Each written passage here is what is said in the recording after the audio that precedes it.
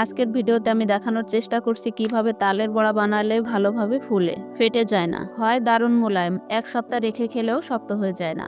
তালের বড়া পারফেক্টভাবে ফুললেই গায়ে তেল কম টানে। আমার আজকের ভিডিওটি না টেনে পুরো ভিডিওটি একবার দেখে নিন, তাহলেই জেনে যাবেন তালের বড়া বানানোর টিপস অ্যান্ড ট্রিক্স। আর কথা না বলে চলুন রেসিপিটি দেখে নিই।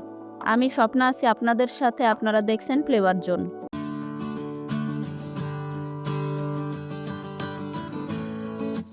শুরুতে আমি একটি বড় পাত্র নিয়ে নিচ্ছি ব্যাটার তৈরি করার জন্য। দিয়ে দিচ্ছি 2 বাটি চালের গুঁড়া, দিচ্ছি 1 বাটি আটা, ওই একই বাটিতে করে দিয়ে দিচ্ছি 1 বাটি চিনি, দিয়ে দিচ্ছি 1 বাটি নারকেল। এখানে আমি ছোট সাইজের একটি নারকেল কুড়িয়ে নিয়েছিলাম। দিয়ে দিচ্ছি সামান্য পরিমাণ লবণ মিষ্টিটাকে অ্যাডজাস্ট করার জন্য। এবার মিশিয়ে দেবো তাল। তাল কিন্তু আমি একবারে দিয়ে দেব না, অল্প অল্প করে দিতে হবে এবং মেশাতে হবে। আমি একটি চামচের সাহায্যে ব্যাটার তৈরি করছি, আপনারা চাইলে এই কাজটি হাত দিয়েও করতে পারেন।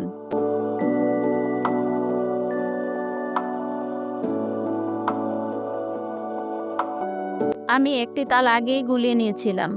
এখানে আমি যতটুকুন আটা এবং গুঁড়ি নিয়েছিলাম, এতে আমার একটা তালের গোলা সবটুকু লেগেছে। আমি অল্প অল্প করে তাল দিয়ে দিচ্ছি আর মিশিয়ে নিচ্ছি।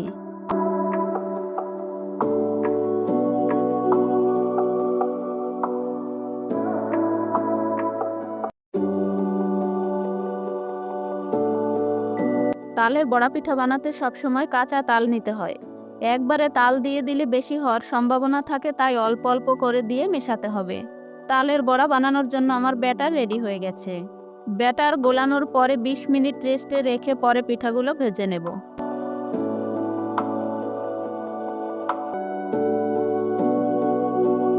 এবার চলে যাচ্ছি তালের বড়াগুলো ভেজে নেওয়ার জন্য। একটি কড়াই বসিয়ে গরম করে এতে দিয়ে দিচ্ছি 1 লিটার পরিমাণ সয়াবিন তেল। আমি একবারে অনেকগুলো বড়া পিঠা ভাজবো বলে 1 লিটার পরিমাণ তেল দিয়ে দিচ্ছি। আপনারা চাইলে অল্প তেল দিয়েও বড়াগুলো ভেজে নিতে পারেন। অল্প পরিমাণ তেল দিলে বড়া অল্প অল্প করে ভাজতে হবে। তেল গরম হয়ে গেলে চুলোর আগুন মাঝারি আঁচে রেখে বড়াগুলোকে ভেজে নিতে হবে। না হলে উপরে পুড়ে যাবে, ভেতরে ভালোভাবে ভাজা হবে না। তেল গরম হলে বড়াগুলো হাত দিয়ে এভাবে একটা একটা করে তেলের উপরে সাজিয়ে দিয়ে দিতে হবে।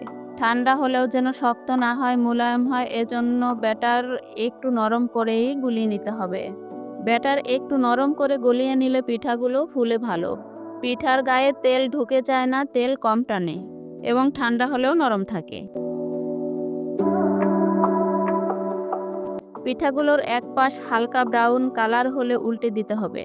এভাবে উল্টে পাল্টে একটু সময় নিয়ে পিঠাগুলোকে ভাজতে হবে। এরকম ভাবে কালার চলে আসলে একটি ঝাঁঝরির সাহায্যে পিঠাগুলো তুলে নিতে হবে। আপনারা চাইলে আরও একটু গাঢ় কালার করে ভেজে নিতে পারেন।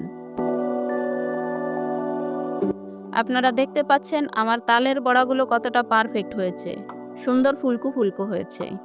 এক সপ্তাহ রেখে খেলেও খুব বেশি শক্ত হয়ে যাবে না। ভিডিওটি ফলো করে একবার ট্রাই করে দেখুন, আশা করি ভালো হবে।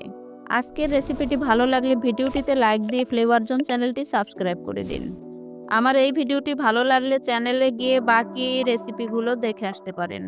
দেখা হবে আবার কোনো নতুন ভিডিও নিয়ে, সে পর্যন্ত সবাই ভালো থাকুন, সুস্থ থাকুন, এই শুভকামনায় বিদায় নিচ্ছি। আল্লাহ হাফেজ।